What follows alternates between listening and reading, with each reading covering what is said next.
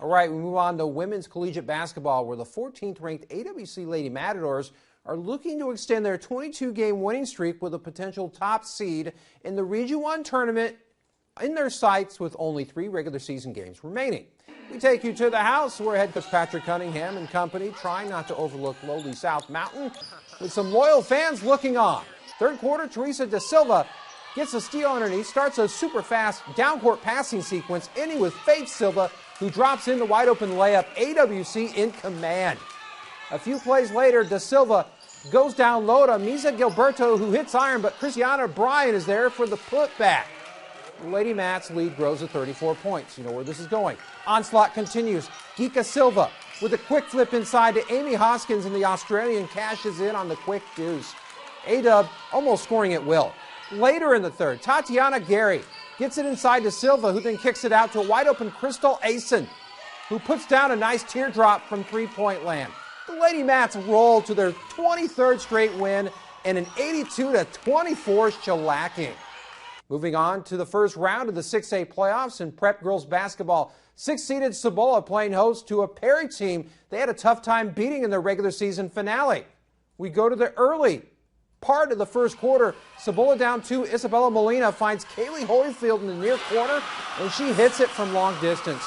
Cibola with their first lead. Perry would answer with a feed down low to 6'1" junior Camille Pierre, who makes the short bucket. Perry up 5. Moments later in the inbounds pass, Mina Johnson finds Rory Hoffmeyer for the easy bucket underneath. Lady Raiders down 3. But Perry looking to keep padding its lead. Madeline Balberin with the drive and shot off the mark, but Camille Pierre cleans it up with the putback. Perry back up 5. Cibola hanging tough. Johnson dishes to Kaylee Holyfield. Kaylee takes the ball around the arc, looking for the lane, and hits the tough right-hander. Cibola trailed by 5 after the first. Unfortunately, it would snowball from there. The Lady Raiders bow out of the playoffs in the first round, suffering a 74-55 blowout loss, but congratulations to them on an outstanding season. And we bring you a highlight rewind from last night's CIF Division IV opening round between Brawley and Tri-City Christian. And points were hard to come by in this one. It would be a tough one through and through. Wildcat senior Kristen Ruiz shows off some defense with a steal attempt. Moments later, Tri-City mirrors this Brawley defense with a steal of their own. Brawley would finally find the scoring groove. Junior Carissa Castillo with a short jumper, keeping it close. This game would be a defensive battle, but the 6th-seeded Wildcats season comes to an end by a final of 35-28. We told you it was low scoring. For several decades, the Calexico Bulldogs football program has been put on the back burner.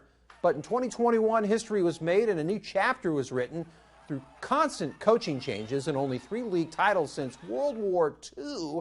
A new face took over the program in search of new success. Coach Fernando Solano stepped up in a leadership role just prior to the COVID-shortened season last spring.